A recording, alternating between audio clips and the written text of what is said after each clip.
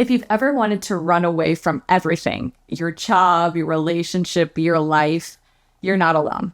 According to one 2024 global study, 91% of people say they feel the need to escape sometimes. From a family you dread going back to a job you hate but can't quite leave, or to a lover who stopped loving you back. We scroll, we binge, we fantasize about quitting everything because the pressure never stops. It's called escapism, and it's not new.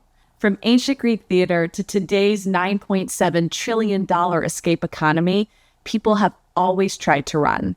But what if there's a pain-free, science-backed way to stop? I'm Jordan Travers, a licensed psychotherapist, and today's video, I'm breaking down why we feel the need to escape and how to stop running. In 2022, a team of researchers in the Netherlands asked a question most of us have felt, but few have actually studied. Is addiction really about chasing pleasure, or is it about running from pain? They investigated a deeply human behavior, escapism, our tendency to check out mentally, avoid stress, or numb emotional pain. And they weren't just interested in drugs or alcohol. They looked at everything from binge watching to compulsive eating and shopping to doom scrolling and gaming. Why do we do these things? Is it to feel good, what they called hedonic escape? Or is it to feel nothing, what they called suppression? In the first study, they examined 605 people, measuring addictive tendencies, alcohol, drugs, gaming, and more. Then they asked why people engaged in those behaviors. Was it to elevate mood or to shut down their emotions? The result? People who scored higher in self-suppression, the urge to silence uncomfortable emotions, also scored higher in addictive behaviors. In other words, the more someone tried to escape themselves, the more likely they were to spiral. In study 2, they replicated the findings with another 611 participants. Same results, same conclusion. In study 3, they tested nearly 2,000 people and added more variables, things like mental health, personality traits, and coping styles. Even after controlling for anxiety, depression, and impulsivity, one thing still stood out. Self-suppression was the strongest predictor of escapist addiction. Across all 3 studies, over 3,100 people, the answer was unmistakable. Addiction isn't about chasing dopamine. It's about trying to escape the self. So when you turn to alcohol to take the edge off, or binge watch until your brain shuts down, when you scroll endlessly, game for hours, eat out of habit, not hunger, or shop impulsively, or go back to porn just to numb out, you're not trying to feel good. You're trying to feel nothing. You're not chasing pleasure, you're running from something. But the real question is, running from what? In 2020, another group of researchers studied over 600 people to answer that exact question. They weren't just looking at sadness or stress. They focused on something deeper, something darker, self-disgust. That feeling when you mess up again and spiral into shame. When you look in the mirror and feel unlovable. Not enough, maybe not even likable. They wanted to know, when someone feels disgusted by themselves, what do they do with that pain? The answer? They escape. Through food, through porn, through substances. Not because they're addicted to the activity, but because they're trying to disconnect from themselves. The study found that self-disgust predicted escapist behaviors, especially in people who lacked emotional regulation.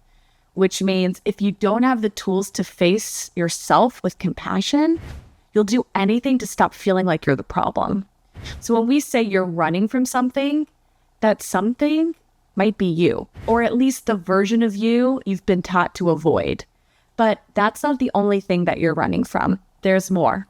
In 2021, another group of researchers investigated something millions of us do without ever questioning why. Binge watching. Not just one episode, 5, 10, the whole season in a night. They studied 196 people and examined what really drove that behavior, especially among those who felt lonely. And the results were clear. The lonelier you are, the more likely you are to binge, not out of boredom, but out of emotional hunger. The study found that escapism was the link between loneliness and binge watching. People used shows not to distract themselves, but to emotionally check out. But here's what's deeper. They didn't just watch the characters, they became them. They emotionally fused with the fictional lives. because those lives felt safer than their own. For people who feel isolated, the media isn't just entertainment. It's a coping strategy, a placeholder for human connection, a way to feel something when reality feels like nothing. So the question stands, how do you stop running away? In 2020, a group of German psychologists tried to answer that exact question. They believed that procrastination, one of the most common forms of escape, wasn't about laziness or lack of willpower. It was about emotional avoidance. So they recruited 171 university students, most of whom struggled with chronic procrastination, and divided them into two groups. One group got no help. The other went through a 9-week online program. But here's the twist. The training wasn't about time management. It wasn't about productivity hacks or calendar tricks. It was about emotion regulation. The researchers believed that the reason people put things off isn't because they don't care. It's because they're trying to avoid how those tasks make them feel. Bored, anxious, overwhelmed, afraid they'll fail. So instead of teaching better habits, the program taught emotional skills. Things like how to identify what you're feeling, how to sit with discomfort without shutting down, how to soothe yourself without needing to escape. And the results? By the end of the 9 weeks, the students in the training group showed a significant drop in procrastination, reported far better emotional control, and most importantly, an improvement in procrastination was entirely driven by emotional gains. So the next time you feel the urge to escape, pause and ask yourself, what am I running from? Is it guilt, loneliness, self-disgust, shame, fear of failure? Here's the greatest irony of all. Once you face your pain, it stops being painful because avoidance is what gives it power. But presence takes it away. But that's just the first step. And after presence comes self-compassion. You'll do whatever needs to be done if it were for a friend. You'll move mountains for someone you love. But when it comes to you, you won't even give yourself a second glance. But why? Discipline doesn't come from force. It comes from seeing yourself as someone worth showing up for. Think of it like this. You're doing a favor for your future self, someone who needs you just as much as anyone else, maybe even more.